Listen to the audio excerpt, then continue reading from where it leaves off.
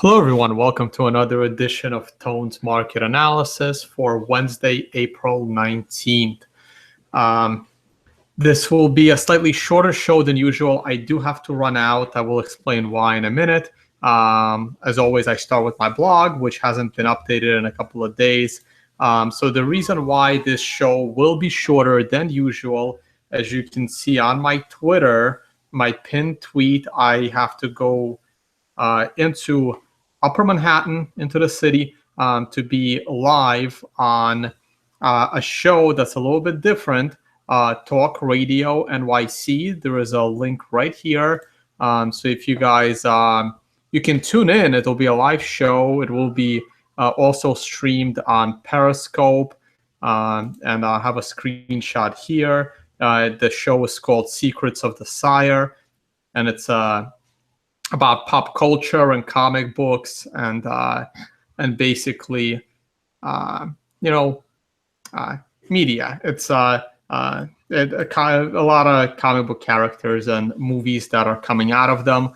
And Mike Dolce is one of the hosts, and I was invited in. The topic of the day will be Star Wars: The Last Jedi, because I'm actually, I have seen all the Star Wars movies, so it'll be nice to comment. As always, Tone is anything but controversial, so let's see how this show goes. They may have no idea what they're stepping into. There is a call-in number, so those that are going to be watching, please call in. But I'm taking a Bitcoin break tonight, so even if something catastrophic happens in the world of Bitcoin or something amazing, let's stick to the topic of other than Bitcoin. Let's just put it that way. All right. So go ahead. This is the show right here. I don't even know what happens if I click on that. There you go. So these are some of the prior episodes. Anyway. Earlier today, I did an interview with Reggie Middleton of Veritasium on the record. It was unfortunate Reggie had to run. I really wanted to get 10 to 15 more minutes with him, so the ending to that show is not perfect. I haven't even had time to put the cover on it, but it's another on the record with Tone Vase. So if you have time, head on over to the World Crypto Network and check that out. I honestly have no idea how anyone can follow all of the video content that I do, because that feels like it's all I do all day, every day. All right, let's just jump right into the markets. I'm going to try and do another speed round here, and then maybe I can get to some Q&A. If Rich happens to be watching this live, maybe he can put them together for me again. If not, I'll just be going through the chat. All right, so here's the S&P 500, and this is really interesting, right? So the last time we shot this video, it was Sunday night. The only daily candle I had to go by was this big down red candle that stopped us right at support. And I said, this is very, very interesting. And I said, if Monday we open to the downside, there is definitely a nice fat short trade. But we didn't open to the downside. Instead, Monday was an amazingly bullish day that was followed by, it's technically a doji, but it didn't take place at the end of an uptrend or a downtrend. So it's certainly a bearish harami. And then after that, it looks like a second bearish harami with a higher high. So this is not really a strong rebound. I still believe there is a short trade here.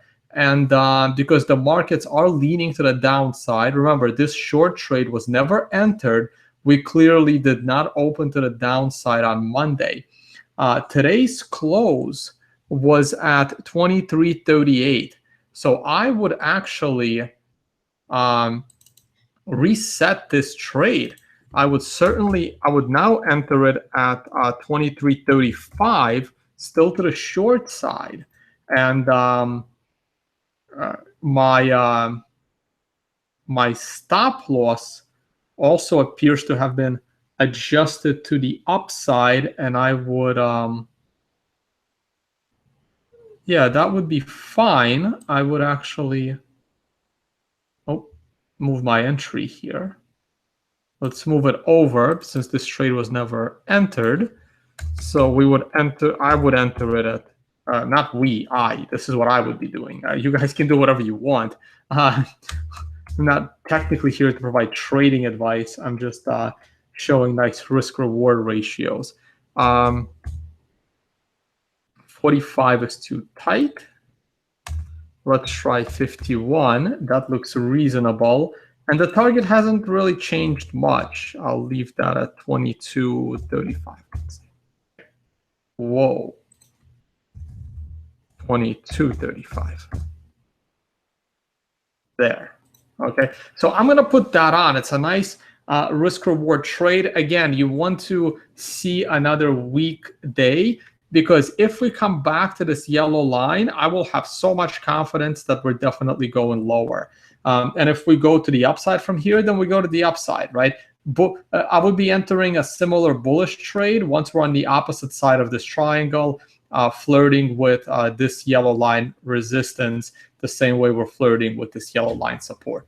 So that's kind of how I'm looking at the S&P 500. You also have the 50-day moving average now acting as resistance. So everything is kind of setting up for some downside. And don't forget the famous slogan, sell in May and go away. That is certainly true. Markets like to pull back in May. All right, here's the weekly chart. Nothing's changed except I am now officially going to delete this green arrow. It certainly no longer applies. I don't think that deleted. There you go. The red arrow is like there. You can't even see it. And I don't really have time to draw, but basically next time, once we start closing below this cluster of candles, might be forming a nice little descending triangle here. And then I'll be looking for a nice fat pullback down to like 2200. And after that, I'd be bullish the stock market again. All right, let's close the stock market. Gold. Oh, let me close this because it's actually playing audio that's interfering. Gold. So gold is actually acting exactly as I expected. So this was a bullish trade that I put a note on that around this area of 1280, 1285, it's going to have a problem because of the declining weekly trend line. And we'll get to that in a minute. So once we're in this area, and then it started to break out big time on Monday. So in this situation, as a trader, what you would do is you would either take half of your profits off the table or set a very tight trailing stop so that the moment it goes against you, you would exit with your profits. Or you would, in any case, you would certainly set your stop loss above your entry point so that there's no way this trade would cost you money. At this point, with today's down candle, I mean, if I had pulled this up on Monday or Tuesday, I probably would have done the same thing I'm about to do now. This trade, I would have taken my profits on it earlier in the week. No matter what, I would have taken most of my profits because of that declining 50-day moving average. And at this point, this should have never let you lose that $10 in gold value, because this thing was up all the way to $12.95. 1300 is also very significant round number resistance. There was like plenty of signs here to take your profits in gold.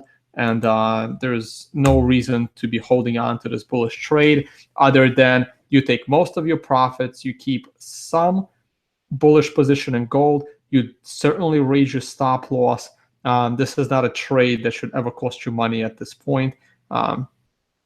And right now, what you're watching is you're watching how critical this declining trend line resistance is. Because if you start to form a descending triangle between the trend line and this Fibonacci line, you got a big problem on your hands, and then this red arrow will be realized. So I'm actually leaving this red arrow on.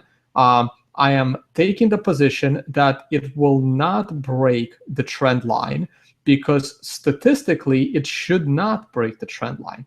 If it breaks the trend line, there's plenty of time to enter a bullish trade above 1300, and then you're riding it all the way into 1375. So there's absolutely no reason to risk a bullish trade here, because statistically it should fall to the downside regardless of what the fundamentals of gold are. And in my current discussion, the asset itself is totally irrelevant. This can be gold, this could be, I don't know, Google stock, Bitcoin, whatever, oil. It's totally irrelevant to me, right? Like the fact that this is gold is meaningless. What you're looking at is you're looking at this trend line, and statistically it should reject the price.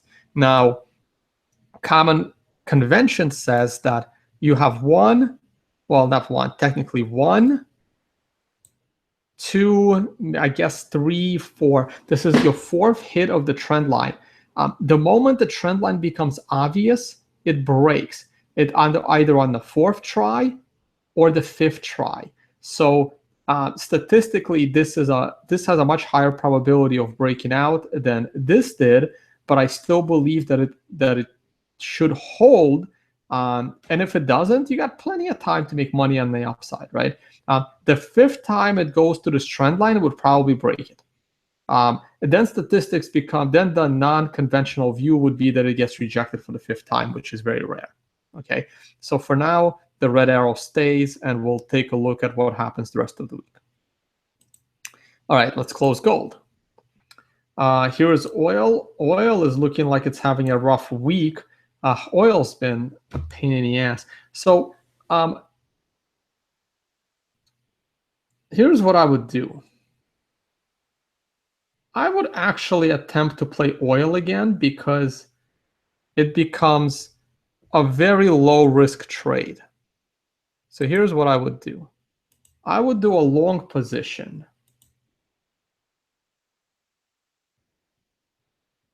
Okay, so you're gonna do it or what? There we go. I would do a long position. Maybe just below 50. Something like 49.75. I would be looking for a hefty gain, but here's the reason why I would risk it. Because I would risk very little. Maybe 47.50, or that might even be, yeah, that's about it. That looks good. So something like that. No, that's not what I wanted to do. I want to slide it over to the left without messing things up. I'm going to mess it up. Okay, and let me go back in there.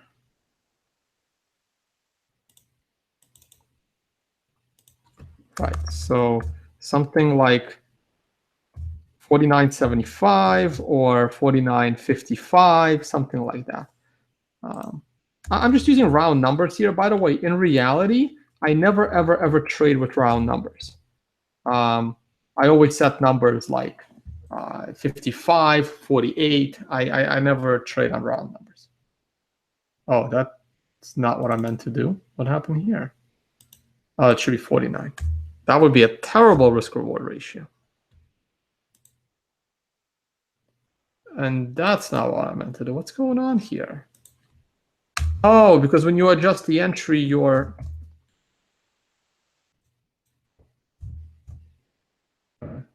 still learning. There we go. Finally.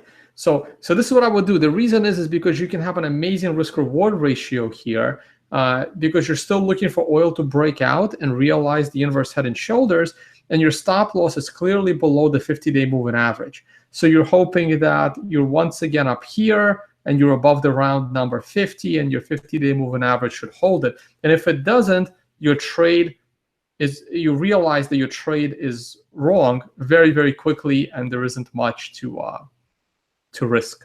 So I'm going to leave that and see how that goes. All right. So I'm very short on the euro, but guess what? This trade wasn't entered either, because I was because the entry here was below 1.055, and instead the euro went up and it didn't go down. So this is another one of those things where you can probably maybe over the weekend I'll raise this and enter the short at a higher point in time, but your stop loss remains the same because very soon the 50-day moving average, 50-week moving average is going to cut down into it. Now here's the crazy part. Even though the euro has moved up, the pound must have moved up a lot more because this trade continues to make amazing headway here. And remember what I said last time. The moment we fall below this 50-week moving average, and this is euro versus the British pound. This is shorting the euro and long the pound spread, or just the euro pound pair. And once this week started to break below the 50-week moving average, this is your chance to double down. And I even said this is one of those trades where you can certainly double down. And this is definitely not a trade that should ever cost you any money at this point. You're at least setting a stop that I would probably lower all the way down to like 86.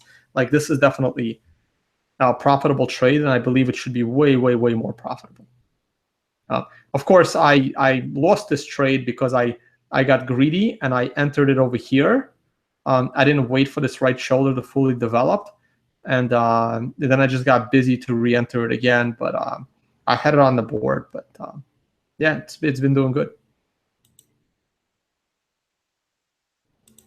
All right, let's close all of those. All right, here's Bitcoin. Here's the Breakthrough Coin Liquid Index, and I mean, wow, we're really starting to follow this arrow here, and it looks good. It's going to close today. Today's closing is going to come in about 4 hours, and it should be higher than the current closing. So it's looking pretty good. Let's take a look at our channel. And I understand this is Bitfinex, and I'm going to address that in a minute. And the reason why it's Bitfinex is because I'm not redrawing this damn thing on every freaking exchange, unless it's like a Mt. Gox situation and the exchange disappears. I'm staying with it. Bitfinex will figure their shit out, and we'll be back, in parity with Bitstamp.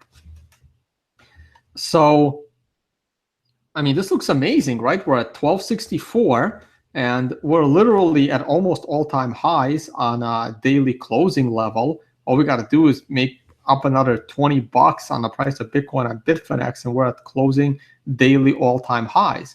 And I'm happy about that. I don't know about anybody else. I usually look at the weekly first. I guess I got these out of order.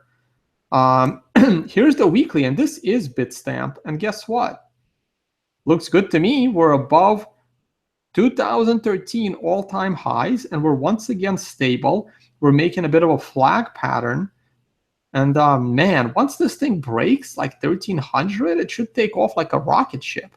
I mean, I don't see anything here that's stopping it. I mean, this is all technical. Forget SegWit, forget controversy, forget full blocks, forget whatever, large transaction fees. Who cares?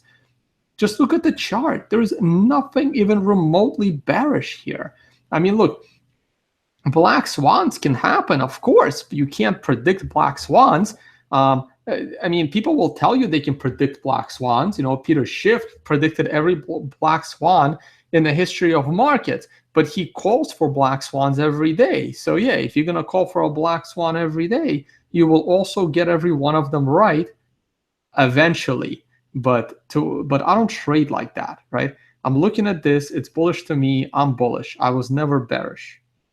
I thought about potentially going bearish for like 3 hours when we fell below 900, but that's about as far as it got. All right, I already did that. Here's the hourly chart. I haven't even looked at this in like 2 days here. All right, so this is tricky, right? Because if you remember what I was drawing, and I'm not going to pull up those screenshots, but maybe I will. Let me see. So when I was talking about this, right? April 8th is a little too far ago. Let's look at April 14th. Right. Oh, this was the second one. All right. Anyone before April 14th? Let me see here. April 12th. Here we go. So this is what I tweeted out on April 12th. And on that,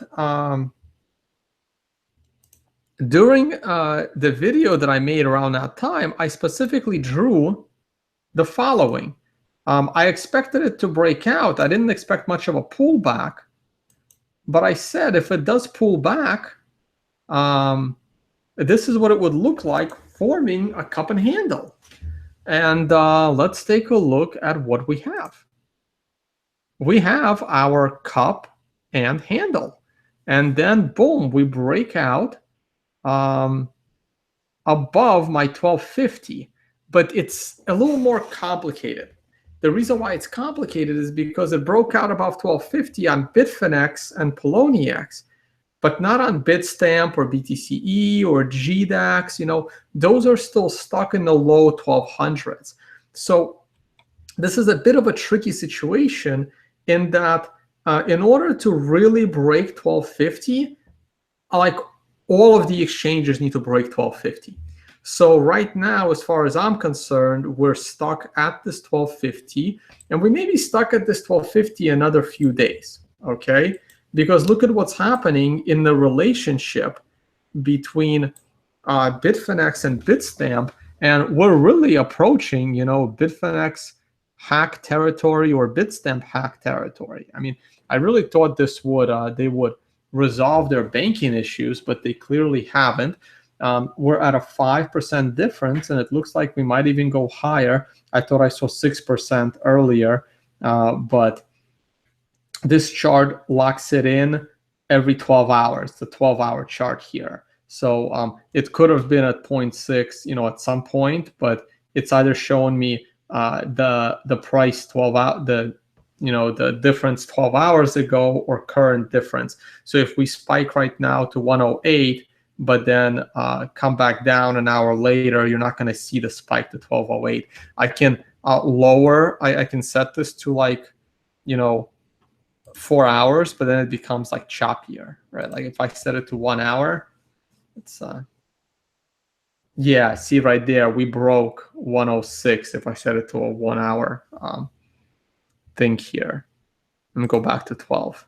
It's just you can't go back in history with 1 hour chart. Okay, perfect. I'm back to where I was. Okay, so let's see, what do we got? We got 150 live viewers. So I once again want to repeat that at 8 p.m. tonight, I will be going live on Talk Radio NYC. The topic is going to be Star Wars: The Last Jedi. The trailer had just come out, and we'll be talking comic books and other pop culture. Please call in with questions. Just if they're Bitcoin related questions, we're not going to entertain those. It's not that kind of show. All right, but I'm trying to do something fun. I need a Bitcoin break every now and then. Okay, and all right, and also earlier today I did an interview with Reggie Middleton of Veritasium about their ICO. So please go ahead and check that out. I got to remember to put, you know, the on the record cover on that. So that's over on the World Crypto Network. All right, I don't have any charts of altcoins. I don't even know if I want to open them. Maybe I'll open a few while I take a look at the questions. Here's what I want to talk about, right? I want to talk about the way I name these episodes. I name these episodes because I'm forward-looking. I'm not going to tell you what has happened. What has happened has already happened. I don't care. I don't care what has already happened. What I'm interested in is what does that mean going forward? Okay. Where's my Ethereum? Oh God, I'm looking at Ethereum again. That's unfortunate. Dash and maybe Litecoin. Dash daily, I guess this one, and Litecoin. I don't have any other charts, guys, besides these. So if you are interested in any of the charts from me, the Tone Vase consulting service, all right, come on, what's going on here? Is still open for business. All right, well, having a bit of an issue. And when people call for consulting service, and we spend an hour or two looking at, let's say, any currency of your choice, and I make a chart for it because it's you are commissioning me to do that chart, I will then have that chart to potentially talk about on this show going forward. And if I don't have the chart, then I don't. Okay, so what's going on here? Why can't I put in Litecoin? There it is, Litecoin. Yeah, but which one? I think it's this one.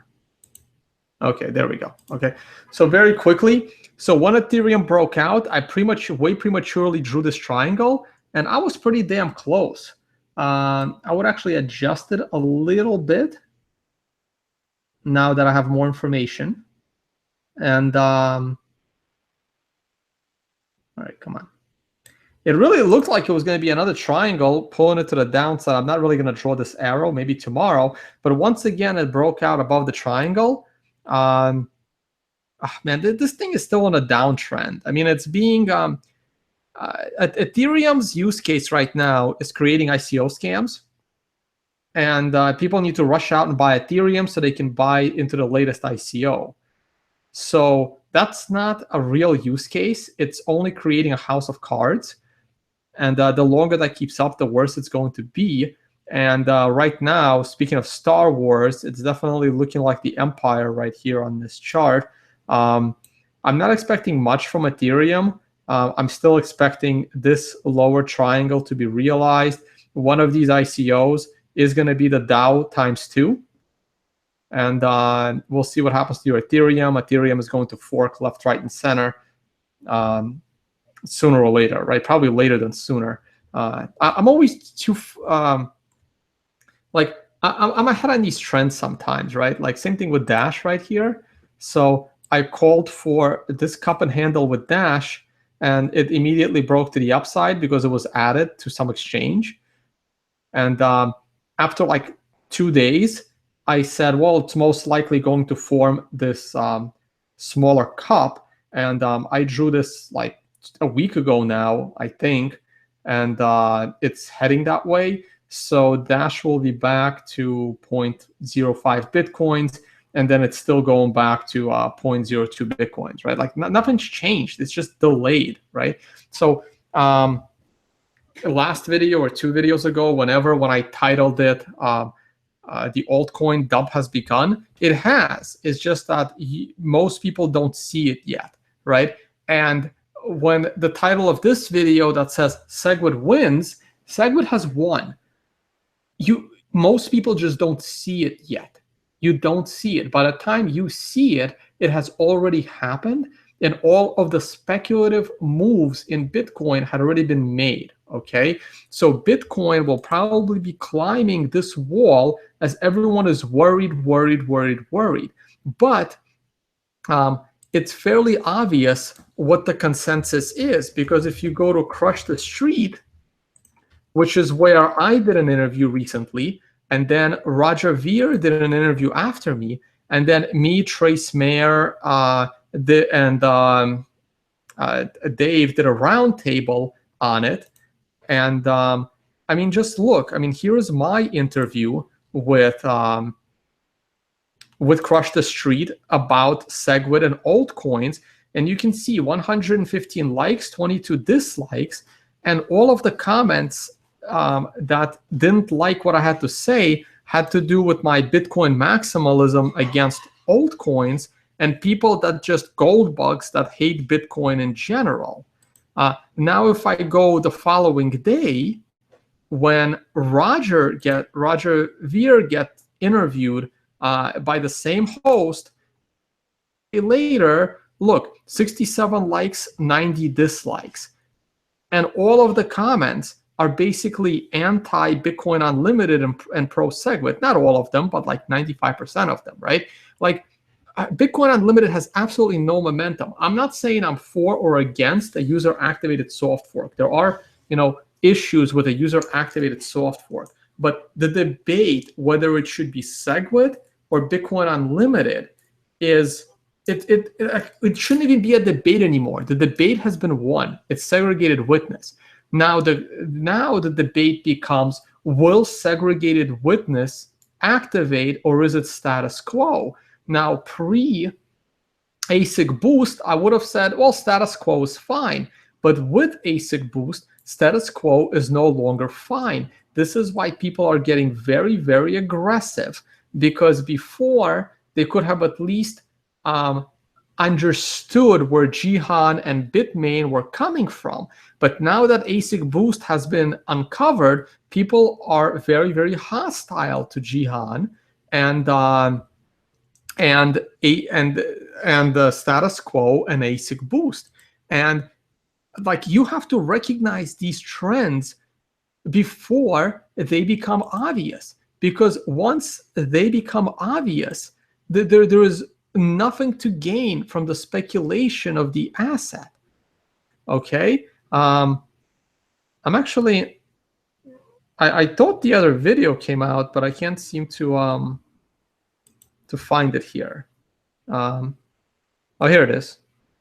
So this is the latest one with the round table. And again, look, you already see 47 positive, 5 negative, and the comments are fairly positive. I mean, people hate me, and that's fine. But that's okay.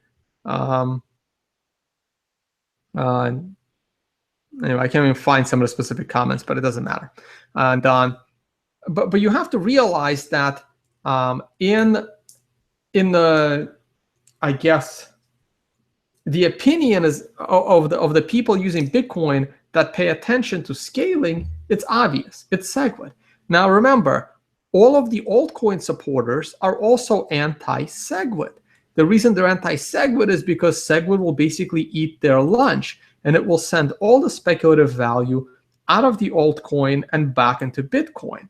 Now here's Litecoin. Litecoin was starting to break out because it looked like miners had 75% consensus on SegWit. And then I don't really pay attention to Litecoin, but the price tells me that Litecoin can't achieve consensus of the miners for segregated witness. And they're trying to fight it. Everyone's trying to fight it because of everyone has other incentives. Like people that have, if the people that all they want to do is see Bitcoin rise in price and scale and do all these things with no hidden agenda, I believe these are the pro-SegWit people, which happens to be the majority. If you're holding altcoins, well, ironically, if you're holding Litecoin, you're very pro-SegWit.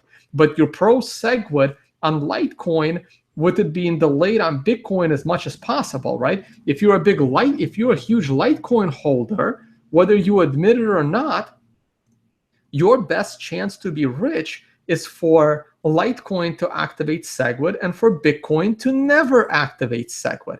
If a Litecoin fan comes out and makes a video about this, that this is what they want, I would respect that person a great deal, because that person would say the truth, and that's how that person is looking to be rich. Now, the longer the gap between Litecoin having SegWit and Bitcoin having SegWit, the higher Litecoin would probably go against Bitcoin. But then again, the moment Litecoin gets SegWit, Bitcoin would also be expected to get SegWit. Like, as far as I'm concerned, like, I'm not even going to argue a Bitcoin Unlimited supporter at this point. It's so meaningless. It's so obvious what won. Now the question is, can SegWit enter without controversy? Can we get SegWit in without causing a hard fork, right? Because even though SegWit itself is a soft fork, people that don't like SegWit, if they're still on the other side, if SegWit comes in a hostile way, there may be enough, anti-SegWit people to cause a contentious hard fork. So SegWit needs to still enter the system fairly smoothly and fairly controversy-free. Okay, so I've gone on for about 40 minutes. Let me take a look at a few questions. I have a maximum of 20 minutes left. For your questions in this video will only be an hour. I am now up to 200 viewers, which is great. Once again, I would like to plug Talk Radio NYC, where I will be live tonight in studio in Manhattan, talking about Star Wars, slightly different show. There is a call-in number. Please try not to ask Bitcoin questions. And also, of course, my episode from earlier today of On the Record with Reggie Middleton of Veritasium. Okay. All right. Questions. I see Rich. Hey, Rich, did you compile those questions for me? Oh, man, I'm not logged into Skype. I got a problem on my end here. Jeez. All right. Let me see if I remember my password, which is always going to be tricky. I'm going to give this like 3 tries, and if I can't log in, this isn't happening.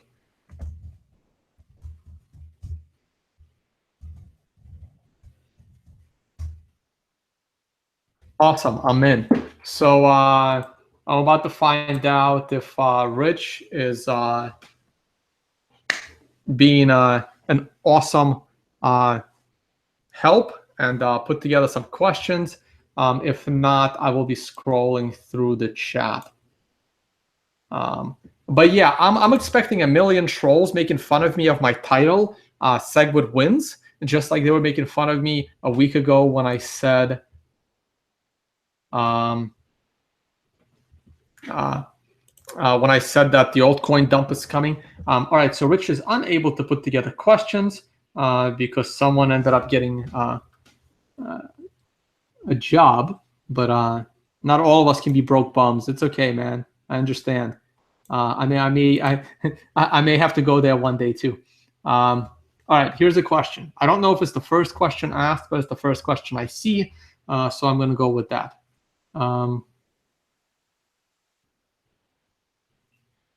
Someone asked, is PIVX in my secret portfolio? I don't have a secret portfolio, but I'm trying to get PIVX in on the record. I'm debating if I want to do like if I want to piss everyone off and like be a huge PIVX supporter, just to like I don't think I've aggregated and trolled the Dash fans enough. And I think what would really solidify my Dash trolling is if I become a PIVX shill, which would be absolutely hilarious. But I don't think I'm going to do that, but we'll see. All right, first official question, because people are following directions and writing their questions with the capital word question in the front so that it's easy for me to find them. Oh, man. Okay. Do you consider Factom as a viable blockchain record-keeping service, seeing it as anchored to the Bitcoin blockchain? No, I don't see any use for Factom. I don't have time to get into it, but I will try and cover Factom in a future episode of Crypto Scam. All right. Oh, wow. I really need to, I'm losing the top end of my chat, so your questions are about to go away. Question. Can you elaborate on why Euro has no future? Because it was a terribly designed currency. It was they created a currency union without. You know what? Let me read the following 2 questions because they're about to go off my screen and I'll answer them. Do you think Litecoin is going to adopt SegWit? Would they gain value? I think I already answered that. They have a comment on ETC. Not really. It's ETC is what I hated about Ethereum before the hard fork. I hate ETH more than ETC, but I don't think they're both very useful. All right, I got to get to the Euro question, and I will. What is my take on Waves platform? I don't really have. I haven't investigated anything about Waves. I know nothing about Waves. And if I had to take a guess, I'd say there's a 95% chance that it's a total scam and a 5% chance that it's just stupid. How will you do an interview without talking about Bitcoin? Yeah, that's going to be hard. I'll have to do my best. Okay, Okay, what do I think about Ethereum Classic? I'm going to do a crypto scam episode on Ethereum Classic. That show is coming back, by the way. I'm already making plans to do it.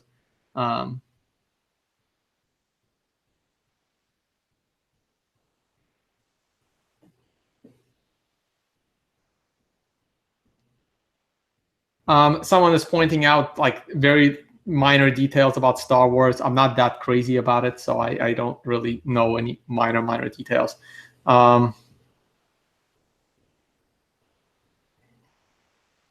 Tone, please look at XBC. I have no idea what XBC is.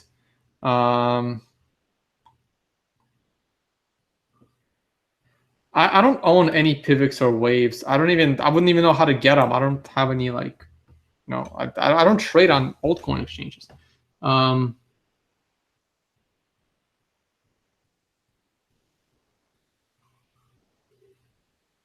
Yeah, I would love to see. I should create my own chart about Bitcoin market cap versus hash power. It's a very good chart. I've seen them before.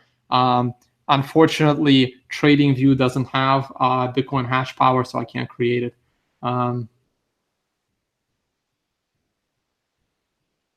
Yeah, I know. Mt. Gox's bubble was very, very clear. Yep, I've seen those charts before. All right, I still got to get to the euro question. Again, I don't know what XBC is. Have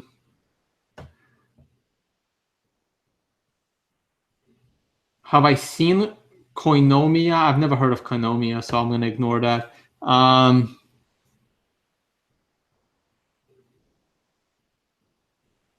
SegWit has gone from 28% to 42% adoption. I guess Bitcoin is guys. It doesn't matter, right? Like it's the trend. It's the trend that matters. It's not the numbers, right? I mean, SegWit can go in with less than 95% adoption. If the users want SegWit, we're gonna get SegWit. Like the miners can go to hell. Well, if they're not careful, the proof of work algorithm is going to change. They're going to comply with SegWit. I mean, I don't want to be this blunt about it, but you're a trader, right? Like I said this a month ago. The moment SegWit adoption is breaking 50%, the price, the speculators are going to assume SegWit is going in, whether it's going in next week, whether it's going in next month, whether it's going in next year, whether it's going in 2020, but it doesn't matter. The point is SegWit is going to go in and the price is going to adjust accordingly. This is an economics show. I talk about price. The price is going to adjust way before SegWit goes in. Talked about this many times. The price didn't jump on the halving. The price jumped 3 to 4 months before the halving, anticipating the halving. By the time the halving happened, we were already in a 2-month bear market. By the time SegWit actually activates, we're going to be in a bear market coming from a high.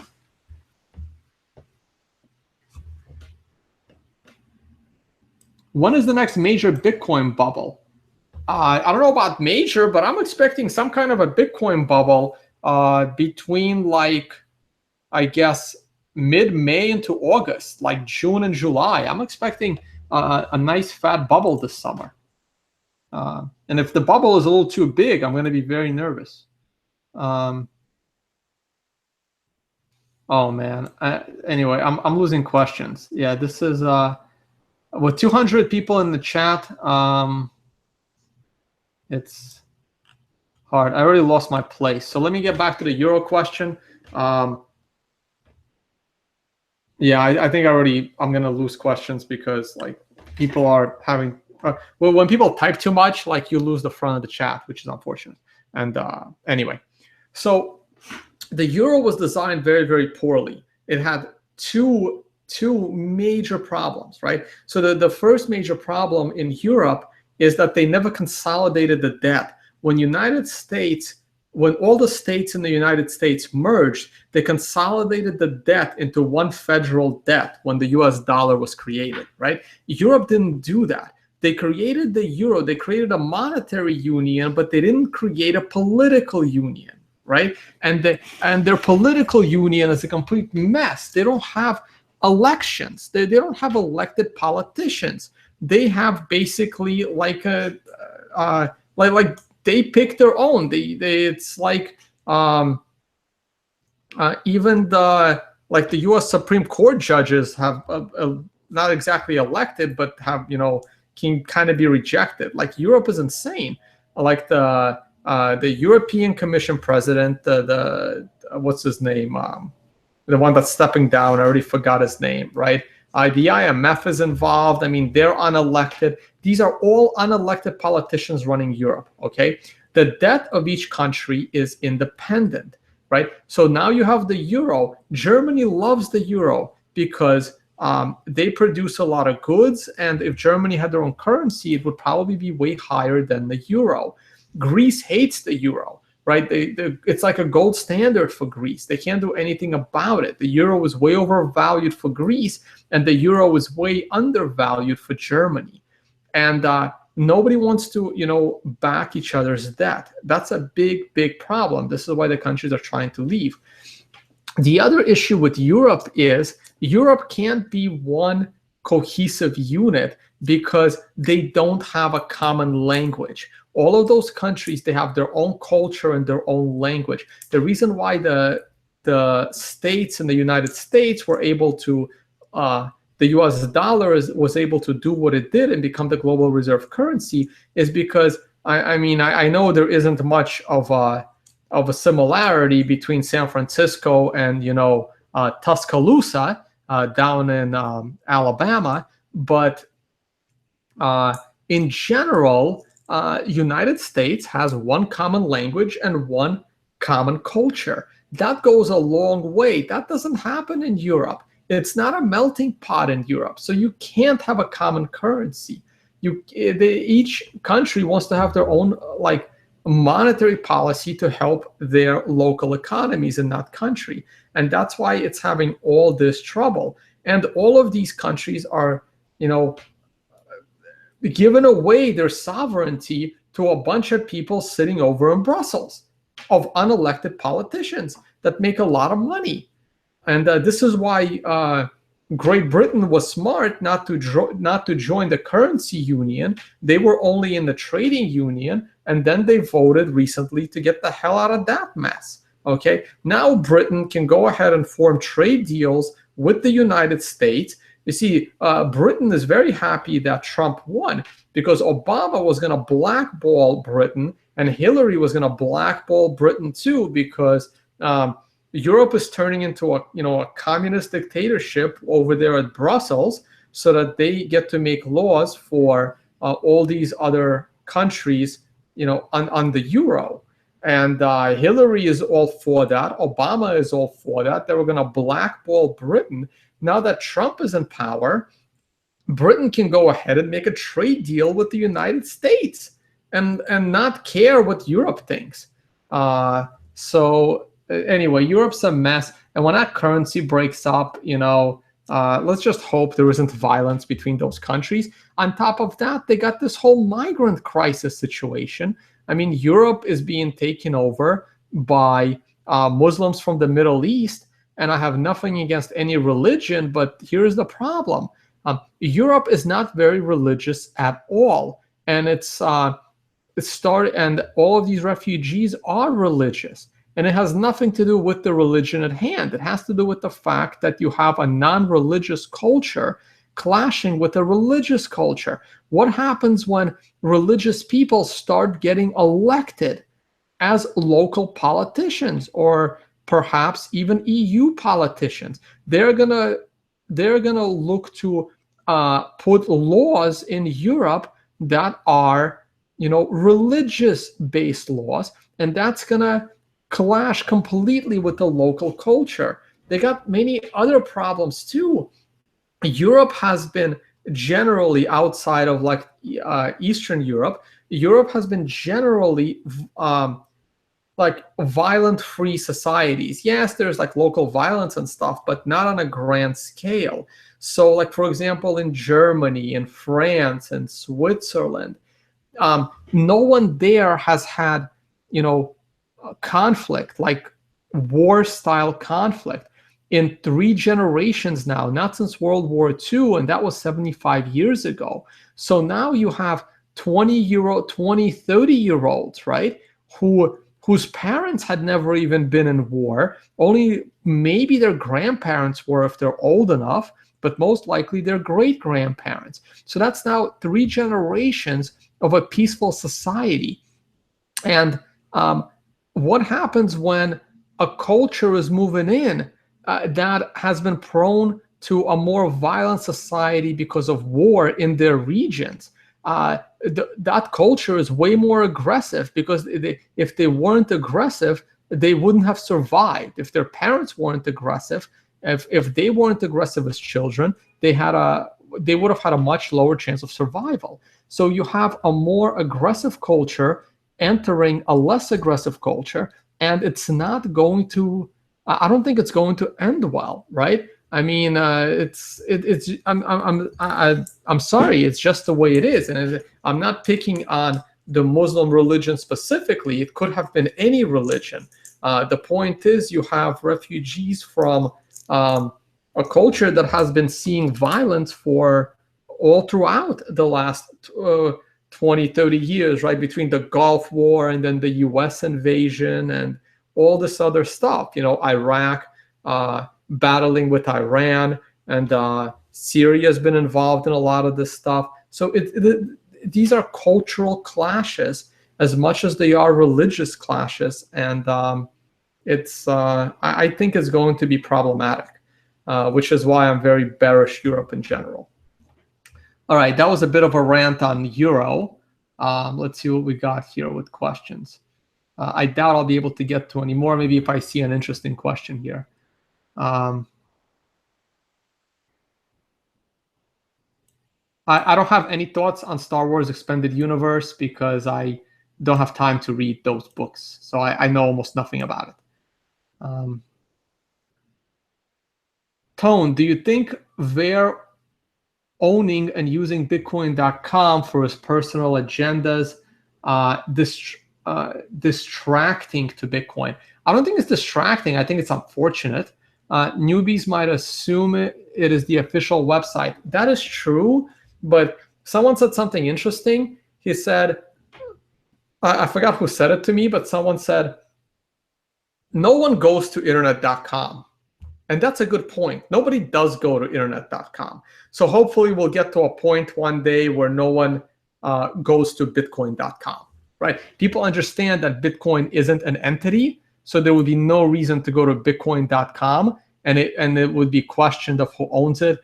Personally, I would like to see bitcoin.com be, donated to like a neutral nonprofit organization or an educational site about what Bitcoin is without any agendas one way or another. I don't like it as a news site. I really don't.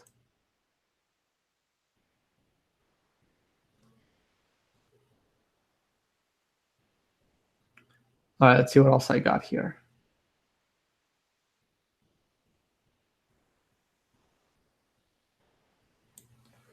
All right, next question.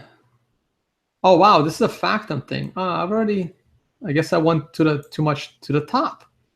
And now okay, I'm going to start from the bottom and maybe I can go up.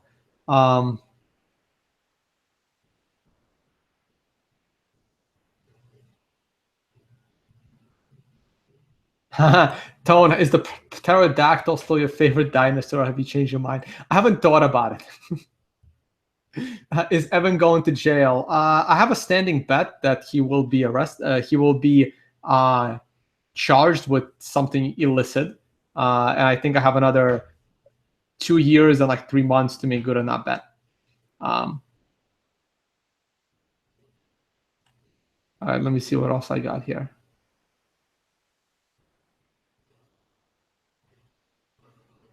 Can psychedelics help Bitcoin save the world? I don't know. I don't do any psychedelics. Maybe I should. Thoughts on the Bitfinex situation? FUD or real problems on the horizon? Well, they have a real problem with their bank account. I don't believe that Bitfinex is, I think I already mentioned it earlier. Like, I don't believe there's anything malicious going on in Bitfinex. I just think that it's a problem with their bank account.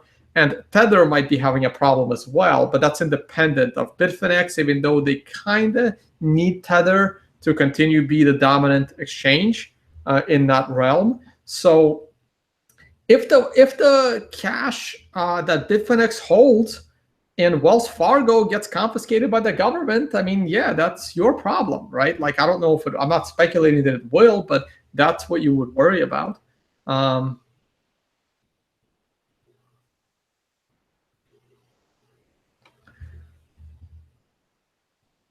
Let's see.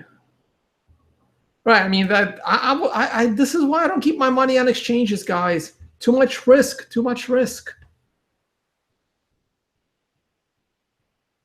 Tone, do you think Bitmain will face repercussions for their behavior, perhaps boycott at some point? Well, I don't know how you boycott the biggest miner in the space, right? You can't really boycott them. And if you think people are going to stop buying their miners, you're also insane. People are throwing their money at cloud mining, which is totally ridiculous, right? So what do you... I don't know what to say. No, I mean, people are just going to be pissed at them. And if they're a real legit company, they would remove their CEO and put in someone that knows what they're doing. What's your take on the upcoming financial crisis and the opportunity for Bitcoin to surpass gold because of its ease of use compared to gold? Oh, man, I don't have time to get into that discussion. Please ask on a future episode. Will Bitcoin still use LTC as testnet for SegWit? Well, that's not really up to anyone, right? LTC kind of wants SegWit so that LTC becomes more useful because SegWit is useful. Do you think after SegWit activates, there will finally be room for new competitors on the ASIC market to compete with Bitmain? I have no idea. That's total guess if I answer that question. You mentioned a few episodes ago that you lost money with early Bitcoin businesses. I'm not invested in your personal business. What? But how do you handle the tax loss? Oh, yeah. I don't want to answer that. I don't want to answer that for. I don't want to get myself in trouble, nor do I want to give away tax advice. So let me. I'm gonna. Yeah. Let's. Can't do it. Good question though. I mean, if you stump me on a question, that's impressive. When Vinny, oh God, I don't want to talk about Vinny, guys, but I'll read the question. When Vinny Lingham freaked out and the price dropped, you made a good point. And here's the point that I apparently made. When are these guys going back in? With the price back at 1,200, do you think they've got back in yet? I don't know. My spidey sense tells me that these people did not yet get back in because there hasn't been this big up move in the price of Bitcoin. Volume hasn't really come back. The volume on the selling, you can see right here in the chart, is higher than the volume on the recovery. So this is like the recovery from the 2009 financial crisis or like the after Trump rally, right? This is one of those V-shaped rallies where people can't believe and can't understand why it's rallying and it's going up against them. I think all these people are going to come back in like above 1350. I really think they're going to be coming back after most of the rally has finished. I have no idea if they're back in. I think the situation, nothing has changed. Well, for me, it's obvious that SegWit has won, and Bitcoin Unlimited has proven itself to be a buggy, useless piece of code. But some people are still a little scared about Bitcoin now won't scale in time, and I think Bitcoin is going to climb a wall of worry all the way up. Just like the US stock market, when I said a year ago, stock market is your best investment, not counting Bitcoin, and everyone laughed, and then the stock market made 25%, and then this year, the stock market may even make more than that. We'll see. And people still think there's going to be a stock market crash. If people are scared, the market is going to keep going up. When people are no longer scared and everybody buys in, causing panic buying and FOMO, there's nobody left to buy, and then it crashes. Who are Jihan's biggest competitors? Bitfury.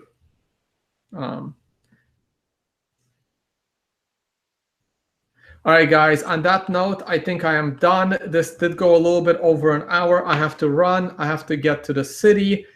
Please catch me later tonight on talkradio.nyc, where we will be talking about Star Wars: The Last Jedi and perhaps other comic-related issues.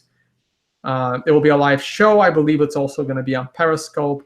And also, please head over to the World Crypto Network, where earlier today I did an interview with Reggie Middleton of Veritasium, talking about his ICO. Perhaps there'll be a part 2.